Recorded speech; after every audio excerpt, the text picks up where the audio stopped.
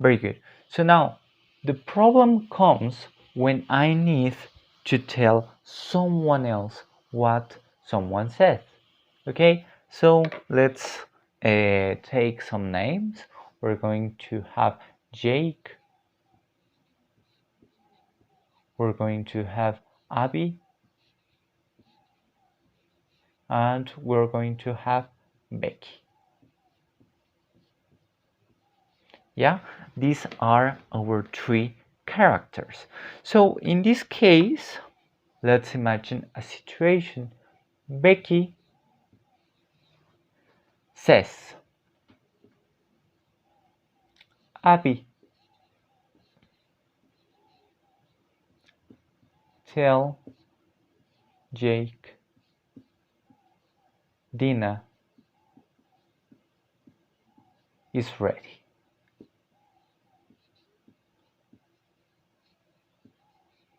Okay, so over here I have a direct speech sentence in which Becky is telling Abby this information, yeah, that the dinner is ready, but also to tell Jake. Over here we are seeing an example of direct speech, yeah.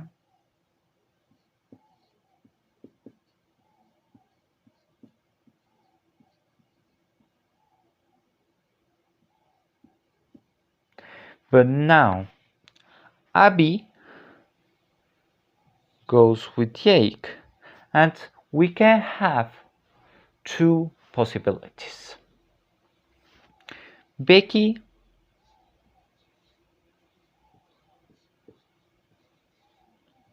said dinner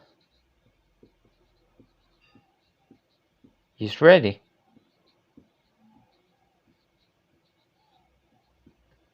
Okay, here I am using these quotation marks because I am saying exactly what Becky said in the first order. Okay, basically I am making a quotation of someone else. This is the direct speech in which I use the words of another person in order to communicate. But I can also have my indirect speech in which Abby tells Jake, or yeah, it is Jake. Becky says, well, in this case, Seth, dinner was ready. Yeah, and this is an example of indirect speech. Sorry.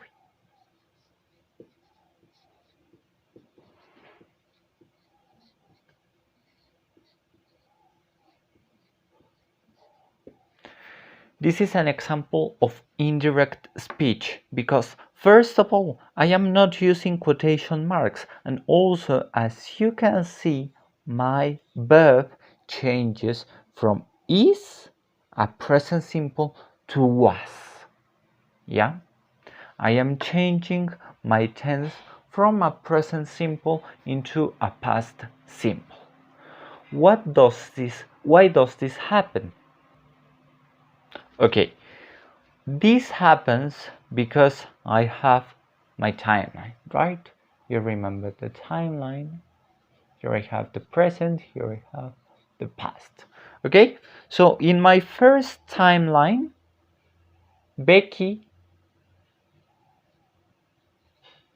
tells something to Abby, correct? This happens in the present, and as the sentence is ready,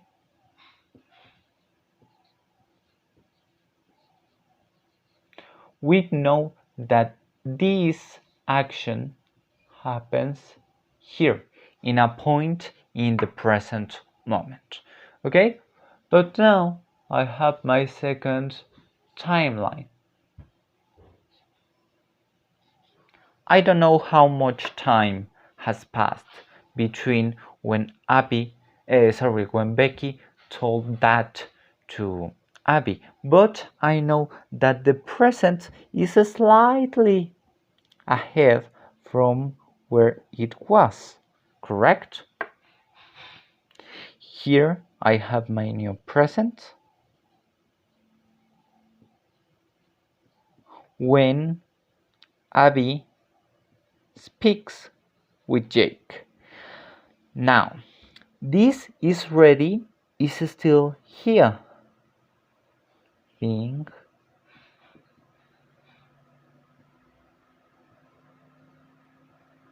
but as you can see, this is no longer valid. I mean, of course, dinner can still be ready in this precise moment, but in order for it to make sense, we need to change the tense of being ready. In this case, we have to move it to the past, so it's no longer is, but was.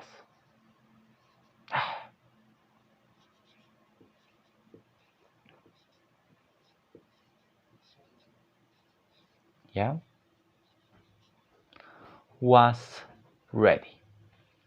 This is an example of indirect